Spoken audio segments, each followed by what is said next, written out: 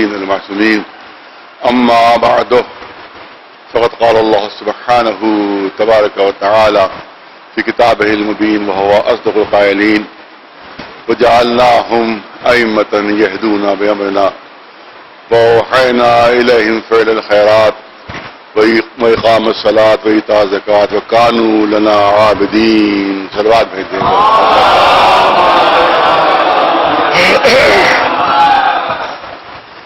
الحمدللہ کل ہماری قوم کی تعاون سے، ہمارے علماء کے تعاون سے اور مدد سے ایک بڑی کامیابی ہمیں حاصل ہوئی کہ تمام پورے یو پی میں تازے داری جو تھی وہ روک دی گئی تھی اور گھروں میں بھی تعزیہ رکھنا منع ہو گیا تھا. یاد ہے کہ ماتم بھی منع ہو گیا تھا کہ گھر کے اندر ماتم بھی نہیں ہو سکتا، لیکن جب یہاں پر دھرنا دیا گیا علماء کی طرف سے اور عوام بڑی تعداد میں اس کو شریک ہوئے، اگرچہ چاروں طرف انہوں نے پوری لاک کر دیا تھا، کسی کو آنے نہیں دے رہے تھے، اس کے بعد بھی اچھا خاصا بڑا مجمع ایک ایک کر کے بھی کافی جمع ہو گئے ہیں.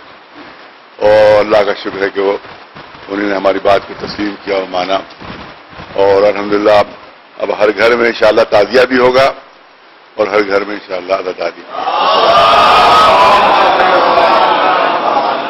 تو یہ ایک اللہ کا شکر ہے کہ مولا کی طرف سے یہ بات ملی. حالات ظاہر کے سامنے، اس میں یہ نہیں کہ ہم اس کی طرف سے گورنمنٹ کی طرف سے کوئی دشمنی تھی یا اس کی طرف سے کوئی اناد تھا، بلکہ بہت احتیاطی قدم، لیکن احتیاط میں کچھ زیادہ احتیاط ہو گئی تھی.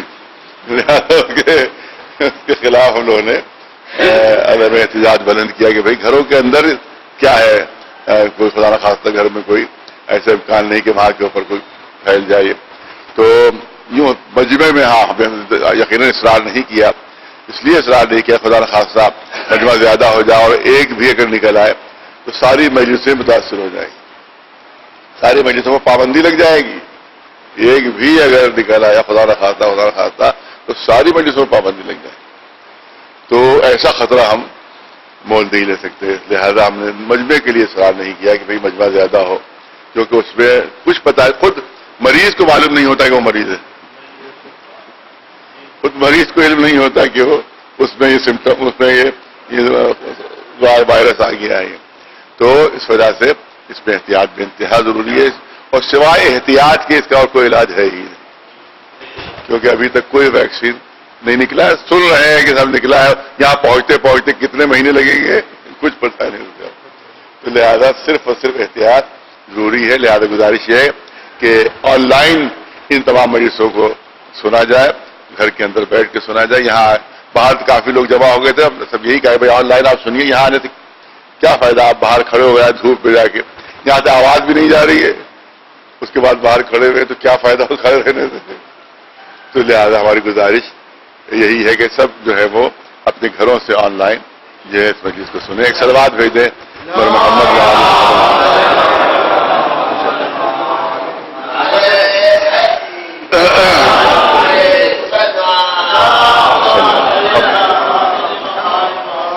آئے کریمہ جس کو علماء نے بیان قرار دیا ہے. بہرحال علماء سے آپ کے ساتھ شاید سنتے رہتے ہیں. کل بھی کچھ میں نے ایک صلوات بھیج دے پر محمد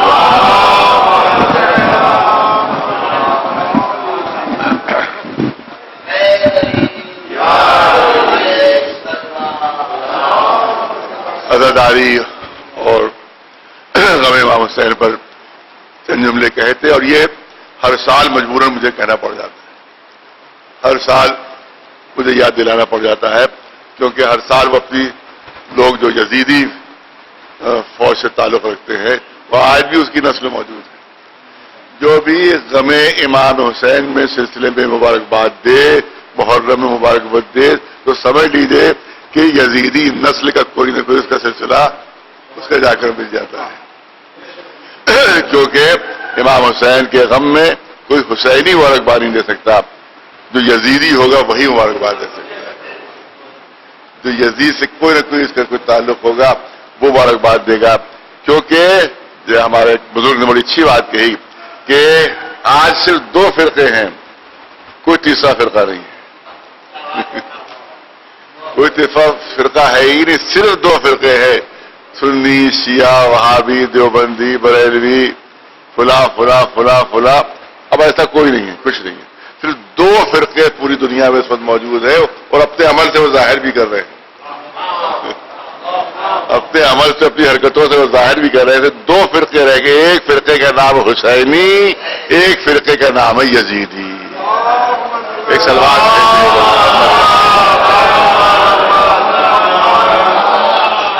تو یہ جو ہے وہ پیش نظر رہنا چاہیے کہ صرف جو ہے یہی دو فرقے ہیں کہ جو اس وقت میں نظر آ رہے ہیں. جو مخالف غم امام حسین ہے، جو مبارکباد دے رہا، کیونکہ یزیدیوں ہی نے خوشی منائی تھی، مسلمانوں نے خوشی نہیں منائی تھی، صرف یزیدیوں نے خوشی منائی تھی. تو آج جو بھی خوشی منانے کی بات کر رہا ہے تو اپنے کو یزیدی ثابت کر رہا ہے. صلوات بھیجے پر محمد.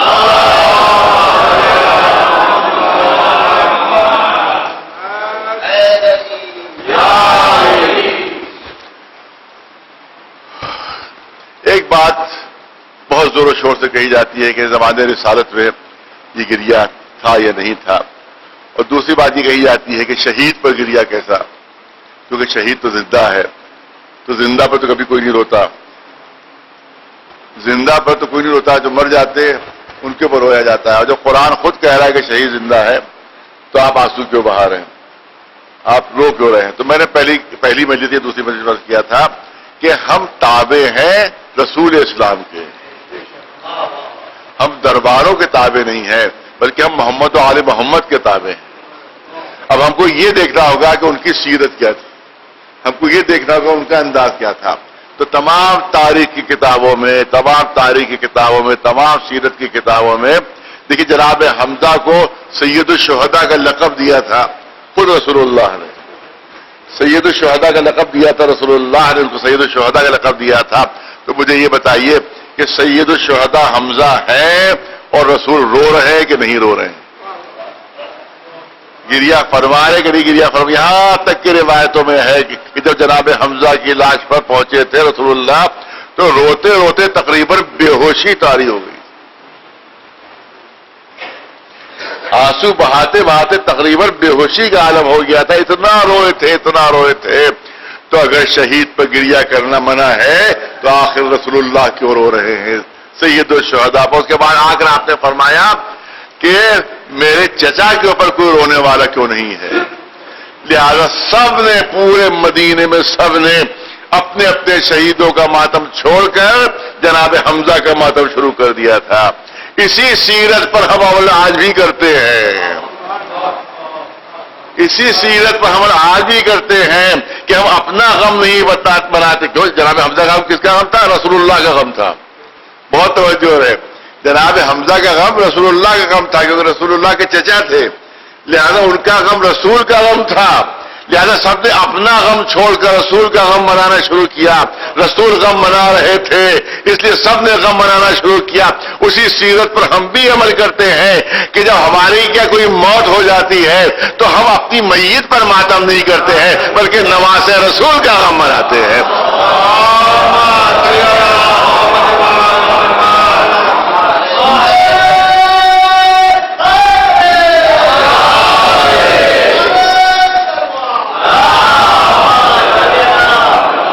کربلا والوں کا ماتم کرتے ہیں، اپنے عزیز کا ماتم نہیں کرتے، اپنے رشتہ دار کا غم نہیں مناتے بلکہ رسول کا غم مناتے ہیں. جو رسول نے غم منایا ہے اس غم کو ہم بھی مناتے ہیں. تو یہ ہمارے قوم کی سیرت رہی ہے. میں نے کہا دو تین جملے عرض کرنا ہے. ایک بات یہ کہی جاتی ہے، وہ بھی بہت اہم پہلو ہے، کہ جو عام طور سے غلط فہمی مسلمانوں میں ہے. میں چاہتا ہوں کہ اس کو پھر دوبارہ، میں پڑھ چکا ہوں کئی 3-4 سال پہلے، لیکن میں چاہتا ہوں کہ پھر دوہرا دیا جائے کیونکہ بار بار یہی بات سامنے آ رہی ہے کہ صاحب کے رونے سے جو ہے وہ میت پر عذاب ہوتا ہے، رونے سے میت پر عذاب ہوتا ہے. میں نے واقعہ یہی پرواسی بھی بیان کیا تھا کہ میرے ہی ہمسائے میں ایک دوسرے مسلک کے جوان کا انتقال ہو گیا. تو ظاہر ہے کہ اخلاقی طریقے پر اور انسانی طریقے پر اور اسلامی طریقے پر ہمیں وہاں تعزیت کے لیے جانا تھا.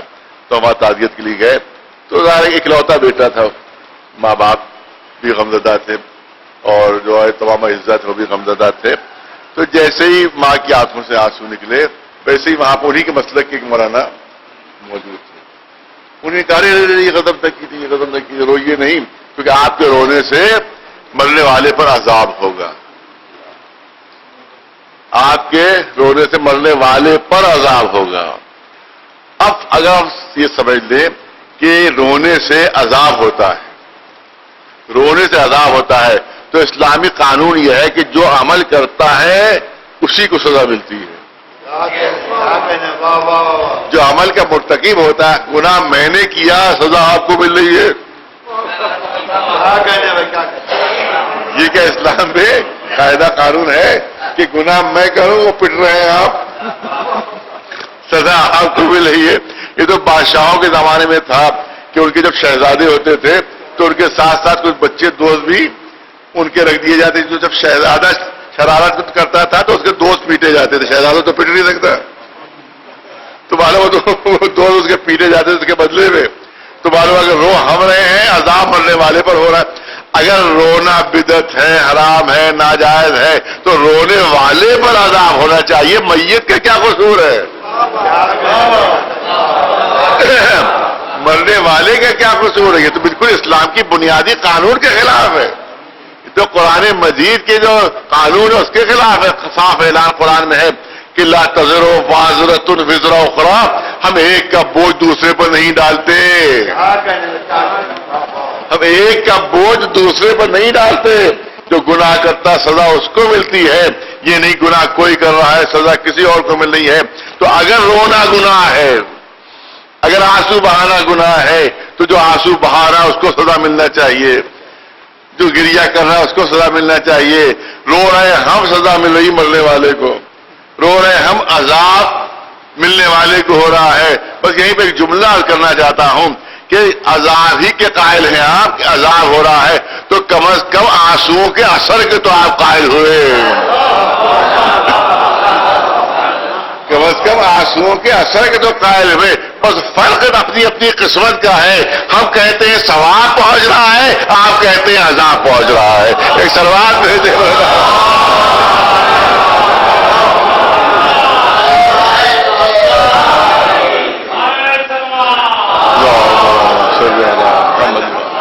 بس یہی میں رک کر وہ جملہ دہرانا چاہتا ہوں جو آج سے کئی سال پہلے یہاں پر پیش کیا تھا. میں چاہتا ہوں پھر اس جملے کی یاد دہانی یہاں کے اوپر ہو جائے. میں نے عرض کیا تھا کہ اس بات کو مان لیا جائے، اس بات کو تسلیم کر لیا جائے کہ ہمارے رونے سے میت پر عذاب ہوتا ہے، ہمارے رونے سے مرنے والے پر عذاب ہوتا ہے، تو ہر شخص اپنے دشمن پر رونا شروع کر دے گا. ارے توجہ جا رہا ہو، ہر شخص اپنے دشمن پر رونا شروع کر دے گا. پہنچ گئے اور سر پیٹ پیٹ کر رونے لگے، سر پیٹ پیٹ کر رونے لگے. ارے بھائی دن بھر تم نے پوری زندگی تو دشمنی کی، پوری زندگی تو مخالف رہے، آج تم یہ رو کیوں رہے ہو؟ کیا اس لیے رو رہا ہوں کہ جتنا میں روتا جاؤں گا اتنا ہی اس کے اوپر عذاب ہوتا جائے گا. ایک سلوات بھیجے، ایک سلوات بلند آواز.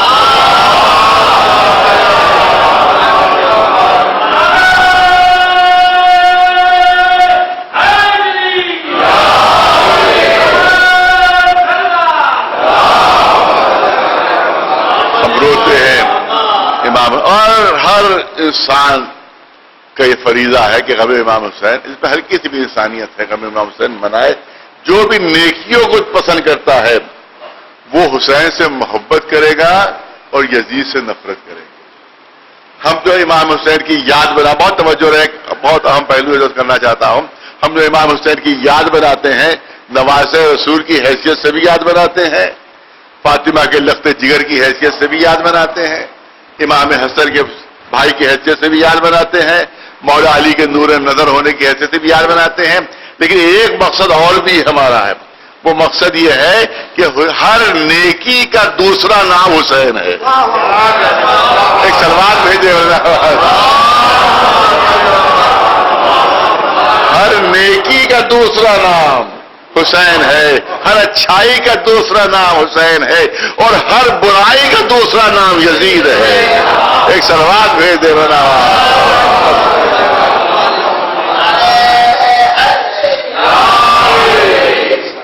تو اس وجہ سے ہم غم منا رہے ہیں، اس وجہ سے ہم یزید کے سلسلے میں جو ہے اس کو برا کہہ رہے ہیں، کیونکہ جو برائیوں کو برا سمجھتا ہے وہ یزید سے نفرت کرتا ہے، اور جس کو اچھائیوں سے محبت ہے وہی حسین سے محبت کرتا ہے. صلوات بھیجے. اب میں چاہتا ہوں کہ آیہ کریمہ کے سلسلے میں تھوڑی سی گفتگو ہو جائے. اعلان ہو رہا ہے وَجَعَلْنَاهُمْ أَئِمَّةً يَهْدُونَ بِأَمْرِنَا. مکمل ترین آیت ہے، مکمل ترین آیت ہے. ہم نے ان کو امام بنایا اور وہ ہمارے ہی امر سے اور ہماری حکم سے ہدایت کرتے ہیں. اس کا مطلب یہ ہے کہ جو اپنی مرضی سے ہدایت کرے وہ جھوٹا امام ہے، جو اللہ کی مرضی سے ہدایت کر رہا ہو وہی سچا امام ہے، وہی اللہ کی طرف سے بھیجا ہوا ہے. کہا جاتا ہے، پہلے اس پر تھوڑی سی تفصیل رہے گی انشاءاللہ، اس وقت تو ہلکا سا اشارہ ہے. کہا جاتا ہے کہ امام موجود نہیں ہے اور اللہ نے کسی کو امام نہیں بنایا ہے، اور امت کو یہ حق دے دیا گیا ہے، امت کو حق دے دیا گیا ہے. آپ یاد رکھیں وہ جملہ جو رسول کے سراہنے کہا گیا تھا جب رسول نے حدیث لکھنا چاہی، جب رسول نے قلم دعوات مانگا ہے، جب رسول نے کہا کہ ایسا نوشتہ لکھ دوں جو قیامت تک تمہارے کام آئے، تو اس وقت جملہ کہا گیا تھا ہمیں قرآن مجید کافی ہے، ہمیں قرآن کافی ہے. یعنی قرآن سے ہم ہدایت لے سکتے ہیں، آپ کی حدیث کی ہمیں ضرورت نہیں. میں نے کہا تھا کہ 90 سال تک حدیثیں نہیں لکھی گئیں کہ کہیں قرآن کی اہمیت گھٹ نہ جائے. بہانہ کیا کیا گیا کہ قرآن کی اہمیت نہ گھٹ جائے، اس لیے ہم حدیثیں نہیں لکھ رہے ہیں.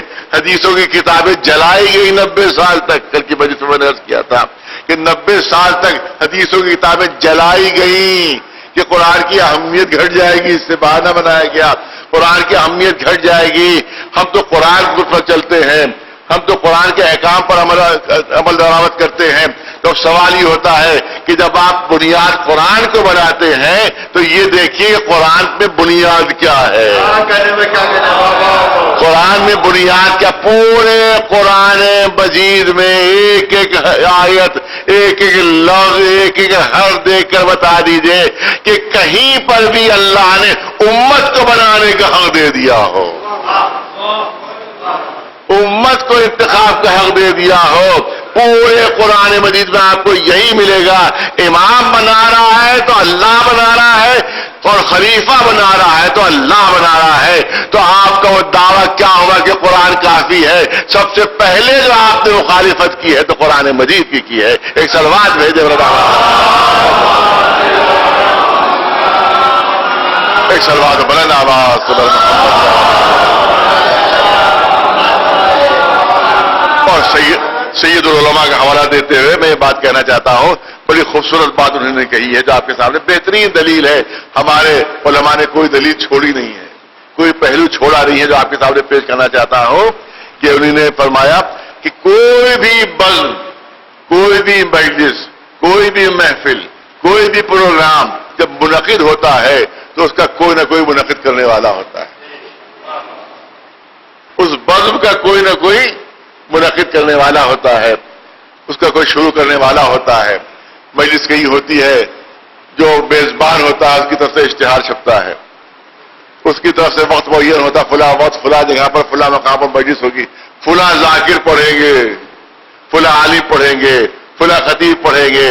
معلومہ اس اشتہار کی بنیاد پر مجمع جمع ہو گیا، عالم سے وعدہ ہوا، وہ عالم موجود ہے، وہ ذاکر موجود ہے. اب میزبان آتا ہے آگے اور کہتا ہے اس عالم سے بسم اللہ جناب ممبر پر تشریف لے جائیے. وہ عالم دین ممبر کے اوپر جاتے ہیں اور اس کے بعد مجلس شروع کرتے ہیں. اس کے بعد ابھی مجلس ہو رہی تھی، خطیب خطابت کر رہا تھا، مقرر تقریر کر رہا تھا کہ درمیان سے مجمع سے ایک صاحب اٹھے اور انہیں اعلان کر دیا مجلس ختم ہوئی، آپ تمام حضرات اپنے اپنے گھر تشریف لے جائیے. وہ ممبر میں بیٹھے ہوئے تقریر کر رہے ہیں، مولانا ممبر میں بیٹھے بیٹھے پڑھ رہے ہیں، اور مجمع سے ایک صاحب نے اٹھ کر کہا کہ صاحب مجلس ختم ہو گئی، پروگرام ختم ہو گیا، آپ اپنے اپنے گھر تشریف لے جائیے. تو ہر ایک کہے گا ارے تمہیں درمیان میں بولنے کا حق نہیں ہے. توجہ رہے، تمہیں درمیان میں بولنے کا حق نہیں ہے. دیکھو تو کہ اس مجلس کا منعقد کرنے والا کون ہے؟ یہ دیکھو اس بزم کا سجانے والا کون ہے، اس بزم کا منعقد کرنے والا کون ہے؟ تو جو بزم کا سجانے والا ہے اسی کو حق حاصل ہے کہ ابتدا کا بھی اعلان کرے، اسی کو حق حاصل ہے کہ انتہا کا بھی اعلان کرے، درمیان میں کسی کو بولنے کا حق نہیں حاصل ہے۔ تب مجھے یہ بتاؤ کہ بزم نبوت کون سجا رہا ہے؟ ارے توجہ، بزم نبوت کون سجا رہا ہے؟ اللہ کی طرف سے اعلان ہوا کہ ہم آدم کو اپنا جانشین بنا کر بھیج رہے ہیں، پہلا نبی جناب آدم، تو اس کا مطلب ہے کہ بزم نبوت کا سجانے والا اللہ ہے۔ تو لہذا جس نے بزم نبوت سجائی ہے وہی اختتام کا اعلان بھی کرے گا، وہی ختم ہونے کا بھی اعلان کرے گا۔ لہذا قرآن میں اعلان ہو گیا کہ یہ خاتم النبیین ہے، یہ آخری نبی ہے۔ پہلے رسول جو بنے وہ جناب نوح بنے، تو بزم رسالت کا سجانے والا اللہ ہے، لہذا اللہ ہی کی طرف سے اعلان ہوگا کہ اب رسالت ختم ہو گئی، اب اس کے بعد کوئی رسول نہیں آنے والا ہے۔ تو اس کا مطلب یہ ہے کہ جو بزم سجاتا ہے اسی کی طرف سے ابتدا کا بھی اعلان، اسی کی طرف سے انتہا کا بھی اعلان۔ بزم نبوت کا سجانے والا اللہ، بزم رسالت کا سجانے والے اللہ۔ قرآن میں نبوت کی ابتدا بھی ملی، قرآن میں نبوت کی انتہا بھی ملی، قرآن میں رسالت کی ابتدا بھی ملی، رسالت کی انتہا بھی ملی۔ لیکن مجھے پورا قرآن ڈھونڈ کر بتا دو کہ امامت کی ابتدا تو قرآن میں ہے، انی جاعلک للناس اماما، اے ابراہیم ہم تمہیں امام بنا رہے ہیں۔ اس کا مطلب ہے کہ بزم امامت سج رہی ہے۔ پورا قرآن ڈھونڈ کر دکھا دو کہ اللہ نے کہیں امامت کے ختم ہونے کا اعلان کیا ہو۔ تو جب اللہ نے ختم ہونے کا اعلان نہیں کیا تو درمیان سے اٹھ کر تمہیں کیسے حق پیدا ہو گیا کہ کہہ دو کہ امامت ختم ہوئی اور کوئی امام نہیں؟ جب تک اللہ کی طرف سے اعلان نہ ہو امامت باقی رہے گی، امام موجود رہے گا۔ ایک سلوات بھیجے۔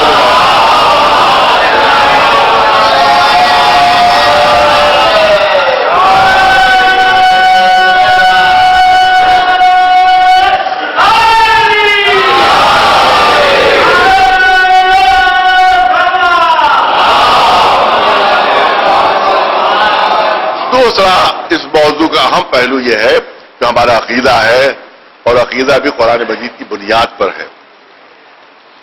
اللہ کے جتنے عہدے بھی چلے ہیں، نبوت، امامت، نبوت، رسالت، خلافت، جتنے بھی عہدے چلے ہیں ان میں سب سے بڑا عہدہ جو ہے وہ امامت کا ہے۔ سب سے بلند ترین عہدہ جو ہے وہ امامت کا ہے۔ آپ کہیں گے بھائی کیا دلیل ہے آپ کے پاس؟ دلیل واضح ہے، دلیل واضح ہے، اور وہ دلیل یہ ہے کہ جناب ابراہیم رسول ہیں، جناب ابراہیم نبی ہیں۔ پوری توجہ ہے، نبی بھی ہیں رسول بھی ہیں۔ اور آخر میں جب تقریباً 90 سال کا سن ہو گیا ہے، بہت توجہ چاہوں گا جہاں تک میری بات پہنچ رہی ہے، جب 90 سال کا سن ہوا ہے تو ابراہیم کو عہدہ امامت ملا ہے۔ 90 سال نہیں بلکہ 100 سال کا سن ہو گیا۔ 90 سال کے سن میں تو پیدا ہوئے تھے جناب اسماعیل۔ جب جناب اسماعیل کے گلے پر چھری چلائی ہے، جب امتحان میں کامیاب ہوئے ہیں، تب عہدہ امامت ملا۔ یعنی اب کہنا چاہیے 100 سال کے سن میں، 100 سال کے سن میں جناب ابراہیم کو عہدہ امامت ملا۔ مجھے اتنا بتا دو کہ معاذ اللہ اللہ کا عمل عدل کے خلاف ہو سکتا ہے؟ کیا اللہ کا عمل انصاف کے خلاف ہو سکتا ہے؟ یہ بتاؤ کہ دنیا میں جو ترقیاں ہوتی ہیں اس کا کیا طریقہ ہے؟ پہلے چھوٹا عہدہ ملتا ہے، اس کے بعد اور کوئی امتحان دیا تو اس سے بڑا عہدہ ملا، پھر اور کوئی امتحان دیا تو اس سے بڑا عہدہ ملا۔ جو آخری عہدہ ہوتا ہے کہ جس پر انسان ریٹائر ہوتا ہے وہ سب سے بلند عہدہ ہوتا ہے، اور اگر بلند عہدے کے بعد کوئی چھوٹا عہدہ مل جائے تو اس کو ترقی نہیں کہتے، تنزلی کہتے ہیں۔ کوئی معلومہ ایس پی سے ہیڈ کانسٹیبل بنا دیا گیا تو اس کو ترقی کہا جائے گا؟ کوئی ہیڈ کانسٹیبل سے کانسٹیبل ہو گیا تو ترقی ہوگی؟ ترقی نہیں ہوگی، سزا ہوگی. ترقی نہیں ہوگی، تنزلی ہوگی. ترقی یہ ہے کہ کانسٹیبل سے ہیڈ کانسٹیبل بن جائے، ہیڈ کانسٹیبل سے اور کوئی عہدہ مل جائے، اس کے بعد اور کوئی عہدہ مل جائے، آئی جی بن جائے، ڈی آئی جی بن جائے. جو عہدے ملتے جائیں گے وہ پہلے عہدے سے بلند ہوں گے. ارے توجہ ہو رہا ہے، وہ پہلے عہدے سے بلند ہوں گے. نبوت ابراہیم کو ملی، رسالت ابراہیم کو ملی، خلت ابراہیم کو ملی، 100 برس کے سن میں امامت مل رہی ہے. ارے آخر میں ملنا خود اس بات کی دلیل ہے کہ اگر سب سے بڑا عہدہ نہ ہوتا تو آخر میں نہ ملتا. ایک سلوات بھیجے برادر. تو بالکل سامنے کی دلیل ہے. اور دوسری دلیل یہ ہے، وہ بھی صرف قرآن کی مجید کی بنیاد کے اوپر ہے کہ کسی بھی عہدے کے لیے ہم کو کہیں نہیں ملتا ہے کہ اللہ نے امتحان لیا. کسی بھی عہدے کے لیے کہیں نہیں ملتا ہے کہ اللہ نے امتحان لیا ہو. لیکن عہدہ امامت کے لیے مسلسل امتحان، مسلسل امتحان، ابتدا سے لے کر انتہا تک امتحانات لیے گئے ہیں، تب کہیں جا کر عہدہ امامت ملا ہے. اور امتحانات کا سلسلہ شروع ہو گیا تھا 15-16 برس کے سن سے. اب میں قرآن کی طرف ہلکا سا اشارہ کرنا چاہتا ہوں. قرآن مجید میں موجود ہے کہ جناب ابراہیم کے سلسلے میں کہ جناب ابراہیم جو تھے وہ ان کا چچا جو تھا وہ آزر تھا، اور آزر بتوں کو بنایا کرتا تھا. پورا واقعہ آپ کی نگاہوں کے سامنے تفصیل لیس کرنا ہے کہ نمرود جو زمانے کا بادشاہ تھا، جو سپر پاور تھا اس زمانے کا، اس کو کاہنوں کے ذریعے سے علم ہو گیا کہ ایک بچہ پیدا ہونے والا ہے کہ جو ہماری حکومت کو میٹ کر دے گا، ختم کر دے گا اور ہماری خدائی کو مٹا دے گا. لہذا جاسوس بیٹھ گئے کہ اس طرح کا وہ بچہ ہوگا، اس کی شکل ہوگی ایسی ہوگی، اس کی صورت ایسی ہوگی. جاسوس بیٹھ گئے. جناب ابراہیم دنیا میں آتے ہیں. ماں نے اس خوف سے کہ کہیں جاسوس جو ہے وہ بادشاہ کو خبر نہ کر دے، لہذا اردو نے ایک غار میں لے جا کر جناب ابراہیم کو لٹا دیا. چھوٹا سا دودھ پیتا بچہ، بہت توجہ ایسے اشارے کر رہا ہوں، چھوٹا سا دودھ پیتا بچہ، اور وہ ایک غار میں لٹا کر چلی آئی. اب ماں بار بار جا بھی نہیں سکتی تھی، کیونکہ اگر بار بار جاتی تو لوگوں کو شبہ ہو جاتا کہ کیا بات ہے یہ پہاڑ کے غار پر بار بار جا رہی ہے. لہذا کئی کئی دن گزر جاتے تھے اور ماں جناب ابراہیم کو دیکھنے نہیں پہنچتی تھی. تو چھٹے امام جعفر صادق علیہ السلام لوگوں نے سوال کیا، فرزند رسول یہ بتائیے جب کئی کئی دن ماں نہیں پہنچ پاتی تھی، بچہ دودھ پینے والا تھا، تو ابراہیم زندہ کیسے رہے؟ امام کے علاوہ کوئی جواب نہیں دے سکتا تھا. پوچھنے والے نے پوچھا یہ بتائیے ابراہیم زندہ کیسے رہے جب دودھ پیتے تھے، اور دودھ پیتا بچہ بغیر ماں کے کیسے زندہ رہا؟ تو امام نے جواب دیا کہ اللہ نے دونوں انگوٹھوں سے دھاریں پیدا کی. ایک انگوٹھے سے دودھ کی دھار نکلی، ایک انگوٹھے سے شہد کی دھار نکلی، تو ابراہیم کی زندگی کا سبب بنے. ایک سلوات ایک سلوات.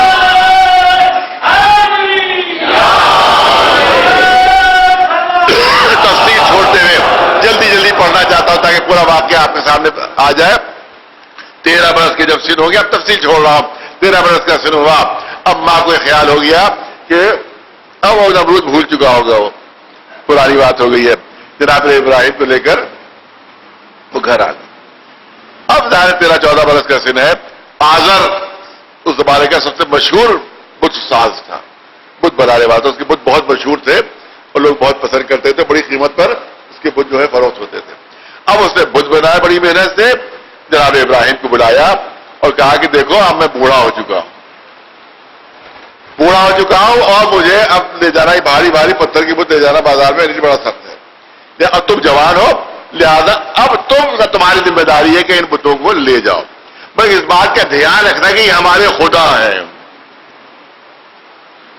یہ ہمارے خدا ہے، لہذا ان کے کوئی بے احترامی نہیں ہونا چاہیے. پورے احترام کے ساتھ ان کو لے جانا. جناب ابراہیم خاموش رہتے ہیں. اب جب بت لے کر باہر نکلے تو تاریخ میں روایت میں ہے کہ بتوں کے پیروں میں رسی باندھی انہیں نے، اور اور گلی میں کھینچتے ہوئے راستے میں کھینچتے ہوئے لے گئے. جب کھینچتے ہوئے لے جا رہے ہیں تو کسی کا ہاتھ ٹوٹ گیا, کسی کا پیر ٹوٹ گیا, کسی کی ناک ٹوٹ گئی, کسی کا کان ٹوٹ گیا, اور اس کے بعد یہ بھی کہتے جا رہے کون ہے جو ٹوٹے پھوٹے خداؤں کو خریدے گا, کہ جو خود اپنی حفاظت بھی نہیں کر سکتے. لہذا وہ سارے بت واپس آ گئے. کس نے خریدا اس کو؟ اب بہت غصہ ہوا حاضر, کہ ارے بھائی تم سے پہلے کہہ دیا تھا اس کا احترام میں کوئی کمی نہ کرنا, یہ کیا کیا تم نے؟ دیکھو اب کوئی ایسی حرکت نہیں ہونا چاہیے ورنہ سزا ملے گی. دوسری دفعہ لے گئے پھر وہی حرکت. بہت زیادہ اس کو غصہ آیا, آگ ببولا ہو گیا کہ بس آخری وارننگ ہے, آخری وارننگ ہے, اب جو دے رہا ہو تو ہلکی سی بھی کوئی اس کی توہین نہیں ہونا چاہیے. تیسری مرتبہ پھر وہی. اب توجہ چاہتا پورے جہاں جہاں آواز آئی. اب جیسے ہی تیسری مرتبہ یہی حرکت ہوئی تو اب آزر کو یہ یقین ہوا کہ یہ ابراہیم بتوں کے ماننے والے نہیں ہیں, بتوں کے دشمن ہیں. میرا عقیدہ کچھ اور ہے, ابراہیم کا عقیدہ کچھ اور ہے. میرا ایمان کچھ اور ہے, ان کا ایمان کچھ اور ہے. میرا مسلک کچھ اور ہے, بھتیجے کا مسلک کچھ اور ہے. میرا عقیدہ کچھ اور ہے, ان کا عقیدہ کچھ اور ہے. جب اس کو یقین ہو گیا کہ ابراہیم ہمارے مذہب پر نہیں ہے تو وہی چچا جو سرپرست تھا, وہی چچا جو مددگار تھا, وہی چچا جس نے پناہ دی تھی, وہی چچا جان کا دشمن ہو گیا. اور جا کر نمرود کے دربار میں شکایت کی کہ جس کا انتظار تھا وہ تو میرے ہی گھر میں ہے. اس کے بعد جتنی مصیبتیں ابراہیم پر آئی ہیں وہ اسی چچا کی بدولت آئی ہے. تو مجھے اتنا بتا دیجئے, قرآن کسی قصے کہانی کی کتاب نہیں ہے. ارے توجہ تو, پرانے زمانے کے قصوں کی کتاب نہیں ہے, کوئی تاریخ کی کتاب نہیں ہے پرانے زمانے کی, بلکہ قرآن کے ہر واقعے میں کوئی نہ کوئی درس ہے, ہر واقعے میں کوئی نہ کوئی سبق ہے. مجھے اتنا بتا دیے, قرآن بتا رہا ہے کہ جب تک اپنا ہم عقیدہ سمجھتا رہا, جب تک اپنا ہم مذہب سمجھتا رہا, جب تک اپنا ہم ایمان سمجھتا رہا, مدد بھی رہی, سرپرستی بھی رہی, لیکن جب اس کو یقین ہو گیا کہ میرے عقیدے میں ان کے عقیدے میں فرق ہے, میرے مذہب میں ان کے مذہب میں فرق ہے, میں بت پرست ہوں, یہ بت شکن ہے, تو وہی چچا دشمن ہو گیا, وہی چچا دشمن ہو گیا. ارے قدرت نے قرآن مجید میں قیامت تک کے لیے واقعہ اس لیے محفوظ کر دیا کہ ایک چچا بھتیجے اور آنے والے ہیں,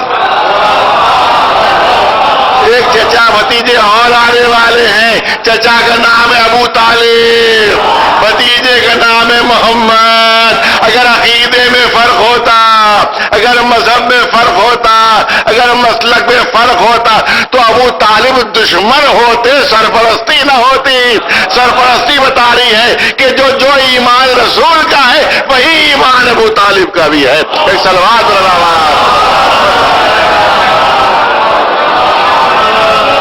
ایک صلوات بلند آواز.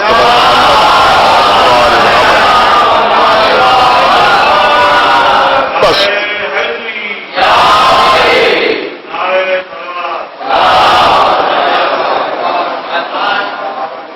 اب روایتیں کہتی ہیں اور تاریخ اور قرآن مجید بھی واقعہ موجود ہے کہ عید کا دن آتا ہے.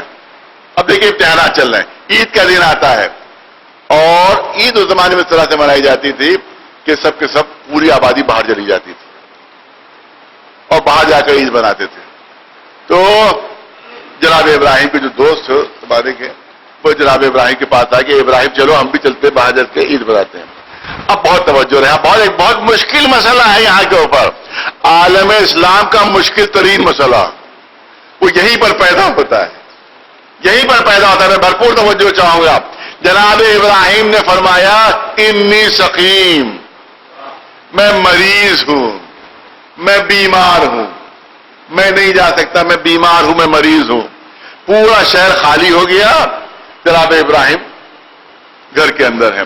اب یہاں کے اوپر مسلمان مفسرین نے لکھا کہ ابراہیم نے جھوٹ بولا. مسلمان مفسرین لکھ رہے ہیں کہ ابراہیم نے جھوٹ بولا، اس کا مطلب ہے کہ نبی معصوم نہیں ہوتا۔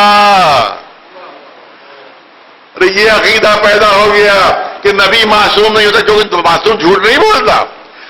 نبی نے جھوٹ بولا، ابراہیم نے جھوٹ بولا، معاذ اللہ، کیونکہ وہ مریض نہیں تھے اور کہہ دیا مریض ہوں، بیمار نہیں تھے اور کہہ دیا بیمار ہوں، بلکہ یہاں تک مسلمان مفسرین نے لکھا کہ ابراہیم نے اپنی زندگی میں 3 بار جھوٹ بولا۔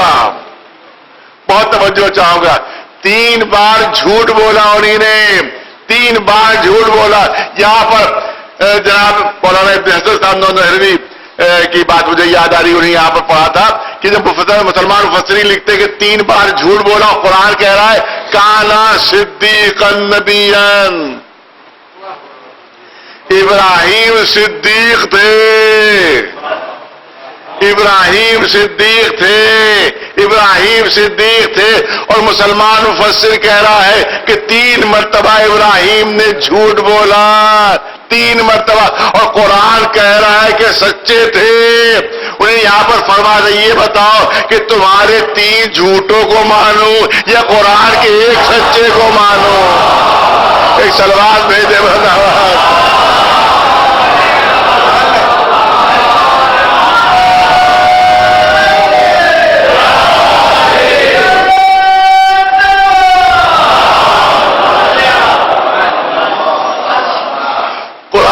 کانا صدیق النبی، یہ تو ان کا جملہ تھا جو میں نے یہاں پہ آپ کے سامنے عرض کیا، لیکن میں عرض کرتا ہوں کہ قرآن نے کہا صدیق، قرآن نے کہا صدیق، آپ کہہ رہے ہیں جھوٹ بولا۔ ارے بہت توجہ، قرآن نے کہا صدیق، قرآن نے کہا، اللہ نے کہا، لسان رسالت پر آیا، لسان الہی پر آیا کہ صدیق ہے، صدیق ہے، آپ کہہ رہے جھوٹ بولا، تو اس کا مطلب یہ ہے، بہت معذرت کے ساتھ، اس کا مطلب یہ ہے کہ صدیق بھی جھوٹ بولا کرتے ہیں۔ قرآن کہہ رہا ہے صدیق، آپ نے کہا جھوٹ بولا، تو اس کا مطلب ہے صدیق بھی جھوٹ بولا کرتے ہیں۔ ارے جب اللہ کا بنایا ہوا صدیق جھوٹ بول رہا ہے تو جس کو آپ نے بنایا ہے، ایک سلوات بھیجتے ہوئے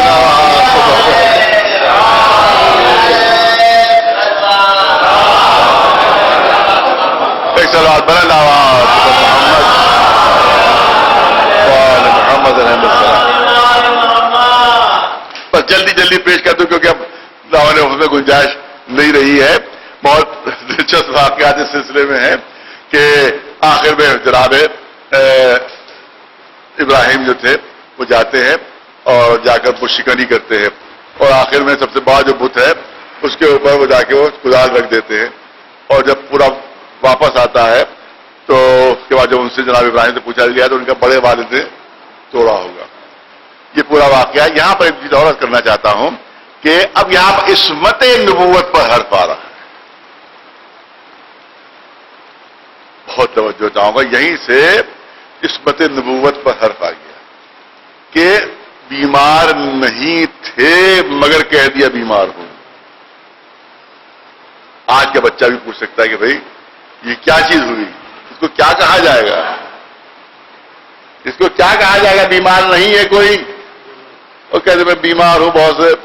بہت سے ذاکرین ایسے ہوتے ہیں جب مجلس پڑھنے کو دل نہیں چاہتا تو کہتے میں بیمار ہوں، مریض ہوں۔ جلسے میں آنا نہیں چاہتے ہیں، پھر کسی اور مسئلے ایسے کہلوا دیا بیمار ہوں، مریض ہوں، پیٹ میں درد ہے میرے پسند،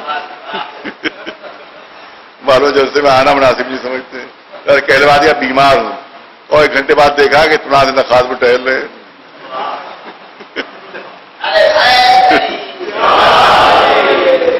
اس بنا سے تو ایسے جھوٹوں کا ہم نے بہت مقابلہ کیا ہے۔ ایک سلوات بھیجے پر محمد،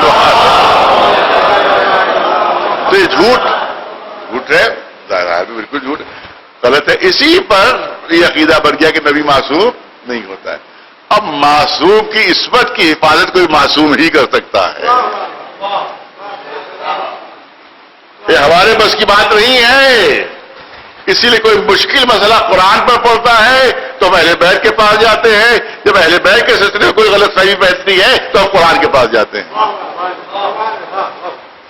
لہذا اب یہاں کے بچھڑے ایمانوں میں جعفر صادق علیہ السلام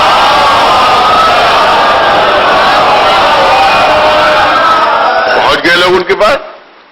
فرزند رسول، ارے آپ ہی فرماتے رہتے ہیں کہ ہر نبی معصوم ہوتا ہے، کوئی نبی گناہ نہیں کرتا، سب معصوم. کہا کہ ہاں بالکل یہی حقیقت ہے، یہی سچائی ہے.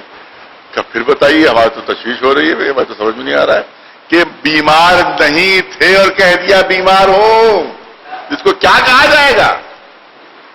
دیکھیے بالکل دو چار والی بات ہے. جب بیمار نہیں تھے اور کہہ دیا بیمار ہو، تو اس کو کیا کہے، کیسے سمجھائیں کسی کو؟ کہ نہیں دیکھو، قرآن کے بارے میں خود سے فیصلہ نہ کرنا. قرآن تمہارے یہاں نازل نہیں ہوا ہے، ہمارے گھر میں نازل ہوا ہے. ہم سے پوچھے بغیر فیصلہ نہ کرنا. کہ آقا جواب بتائیے کیا حل ہے؟ کہ دیکھو، بیماری دو طرح کی ہوتی ہے، مرض دو طرح کے ہوتے ہیں. ایک مرض جسمانی ہوتا ہے، ایک مرض روحانی ہوتا ہے. ایک مرض جسمانی ہوتا ہے، ایک مرض روحانی ہوتا ہے. کبھی جسم مریض ہو جاتا ہے، کبھی روح میں مرض کا احساس ہوتا ہے. جسم بالکل صحت مند نظر آتا ہے مگر روح مریض ہو جاتی ہے. ارے توجہ رہے، جسم بالکل صحت مند ہوتا ہے مگر روح مریض ہو جاتی ہے. مثال دی انہوں نے کہ اگر کوئی بہت اچھا باپ ہو، بہت نیک باپ ہو اور اس کی اولاد بگڑ جائے، خراب نکل جائے، بدماش نکل جائے، تو اس کا جسم صحیح و سالم ہوگا مگر اپنے روح میں وہ مرض محسوس کرے گا، اپنے روح میں وہ بیماری محسوس کرے گا. اور نبی جو ہوتا ہے اس کا درجہ امت کے باپ کی جگہ پر ہوتا ہے. لہذا جب ابراہیم امت کی بت پرستی دیکھ رہے تھے تو روح میں بیماری کا احساس کر رہے تھے. جسم صحیح اور سالم تھا، روح میں بیماری کا احساس تھا. جسم کی بیماری کا اعلان نہیں ہو رہا ہے، روح میں جو احساس ہے مرض اس کو بتا رہے ہیں. ایک سلوات بھیجو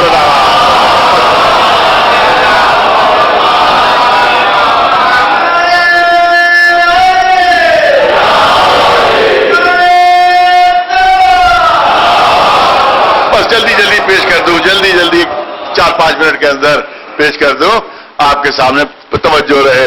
اب گیا سب توڑ ڈالے وہ جتنے بھی تھے، ایک کو باقی رکھا.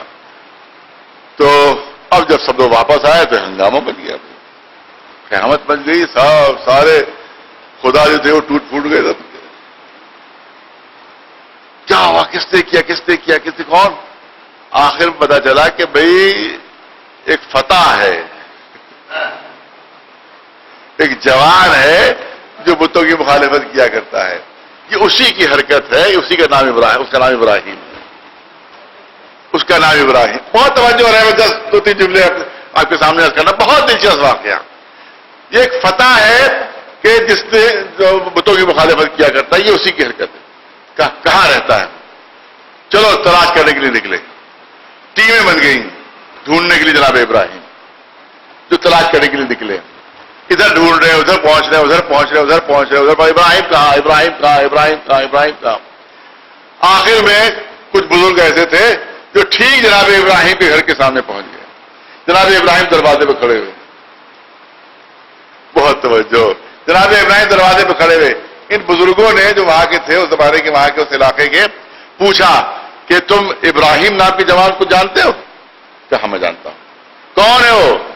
کہ وہ بعد میں بتاؤں گا، گھر پہ تو آ جائیے ذرا.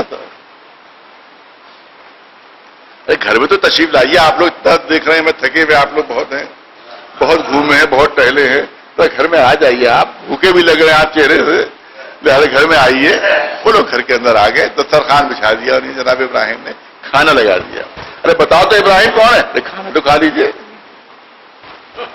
کھانا تو نوش کر لیجیے. انہوں نے خوب پیٹ بھر کے کھانا کھایا، خوب زبردست. انہوں نے پورا خوب کھانا نوش فرما کے کہا بتاؤ ابراہیم کون ہے؟ کہ میں ابراہیم ہوں، میں ہوں ابراہیم. یہ بہت توجہ یہ سننا تھا. اور سب کے سب گھبرا کر کھڑے، تم ہی ابراہیم ہو؟ کہا میں ہی ابراہیم. اے ابراہیم تم نے غضب کر دیا، اے ابراہیم تم نے غضب کر دیا. کیا غضب کیا؟ ارے ہم تمہیں سزا دینے آئے تھے اور تم نے ہمیں اپنا نمک کھلا دیا. ارے توجہ رہے، جہاں جہاں آواز جا رہی ہے توجہ رہے. تم نے ہم اپنا نمک کھلا دیا, اب تمہیں سزا کیسے دے؟ اب تو تمہارے نمک خوار ہو گئے, تمہارا نمک کھا لیا. اس کا مطلب کافر تھے, بت پرست تھے, مگر نمک حرام نہیں تھے.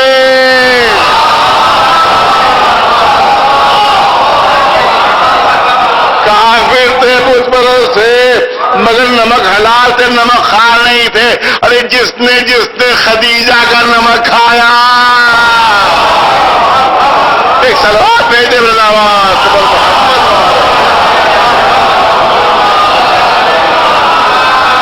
ایک صلوات بلند آواز.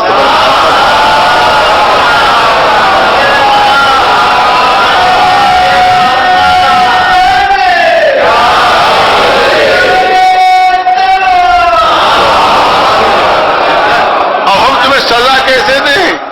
اب تمہیں سزا کیسے دیں؟ ایسے ہی موقع پر شیطان کام آتا ہے, ایسے ہی موقع پر مدد کے لیے آتا ہے. وہ جب بھی کافر مشرک مصیبت پھنس جائے, اور جب بھی دشمنان اللہ کے دشمن مصیبت میں پھنسے تو مدد کے لیے فوراً آ جاتا ہے. تو وہ فوراً بوڑھے کی شکل میں آیا, اندر داخل ہو, کیا بھائی کیا مسئلہ ہے؟ ارے بھائی ہم تو اس کو سزا دلوانے آئے تھے, اور یہ تو اپنا نمک کھلا دیا, کھانا کھا لیا, ہم نے سزا کیسے دے؟ ارے بڑا آسان ہے, بڑا آسان ہے. تم یہ کہو کہ آپ قیمت لے لیجئے, جتنا آپ نے نمک کھلایا اس کی قیمت دے دیں گے. کہا کہ ابراہیم قیمت لے لو, خزانے ہم انڈیل لیں گے یہاں پر. تم کا تمہارا اتنا کھانا کھایا اور اس سے لاکھوں گنا زیادہ, لاکھوں گنا زیادہ تمہیں دے دیں گے. خزانے جواہرات ہیں, ہیرے ہیں, سونے ہے, چاندی ہے, کچھ کمی نہیں ہمارے پاس. سب پورا گھر تمہارا ہیرو سے جواہرات سے بھر جائے گا. ہم اتنا اس کے بدلے میں تم کو دے دیں گے. کہ نہیں نہیں ہمیں تو کچھ نہیں چاہیے, ہمیں کچھ نہیں چاہیے.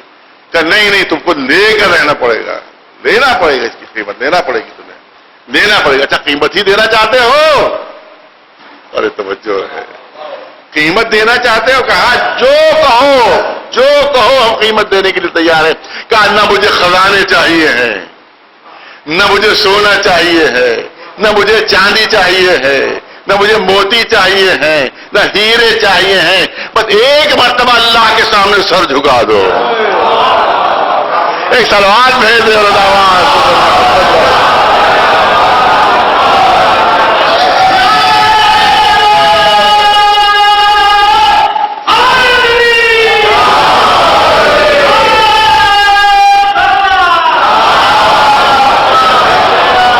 یہی میرے نمک کی قیمت ہے, یہی میرے نمک کی قیمت. ایک بار سجدہ کر لو اللہ کو, ایک بار سر جھکا دو. کہ یہ تو ہو نہیں سکتا بھائی, یہی تو ہماری تمہاری لڑائی ہے. اگر آپ سجدہ کر لیتے اللہ کو تو پھر اب تمہیں مارتے کیوں؟ تمہیں سزا دینے کیوں آتے؟ لہذا یہ تو نہیں ہو سکتا. دنیا کے سارے خزانے لے لو مگر آپ سجدہ نہیں کر سکتے.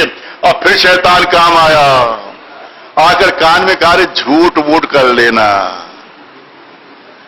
نقلی سجدہ کر لینا, جھوٹ ووٹ سجدہ کر لینا, نقلی سجدہ کر لینا. انہوں نے کہا ہاں بات ترکیب تو اچھی تم نے بتا دی, نقلی سجدہ کر لیتے ہیں, جھوٹ ووٹ سجدہ کر لیتے ہیں. لہذا اب سمجھ میں نہیں آتا ہے کہ یہی شیطان جناب آدم کے سجدے سے انکار کر رہا ہے, کافروں کو درس دے رہا ہے, مشرکوں کو درس دے رہا ہے کہ جھوٹ ووٹ سجدہ کر لو. ارے تم نے بھی جھوٹ ووٹ کر لیا ہوتا, تم نے بھی اسی طرح سے جھوٹ ووٹ سجدہ کر لیا ہوتا تو شاید شیطان جواب دے دوسروں کو تو منافق بنا سکتا ہوں مگر خود منافق بننے کے لیے تیار نہیں ہو. ایک صلوات بھیج دے جھوٹ ووٹ سجدہ کر لے. اچھا چلو بھائی جھوٹ ووٹ کیے لیتے ہیں, بہت توجہ ہے, بس بات مکمل ہو گئی میری. تو تمام جتنے بھی تھے وہ مشرک سب نے سجدے میں سر رکھ دیا, سب نے اب آخری جملے ہیں, سب نے سجدے میں سر رکھا. ادھر انہوں نے سجدے میں سر جھکایا, ادھر ابراہیم کے ہاتھ بلند ہوئے. ارے توجہ چاہوں گا, ادھر ان کے سر جھکے, ادھر ابراہیم کے ہاتھ بلند ہوئے. پالنے والے سر میں نے جھکوائے ہیں, دل تو جھکوا دے. یہ سب کے سب سچے مسلمان ہو گئے, سب نے کلمہ پڑھ کر اسلام قبول کر لیا. ایک صلوات بھیجے.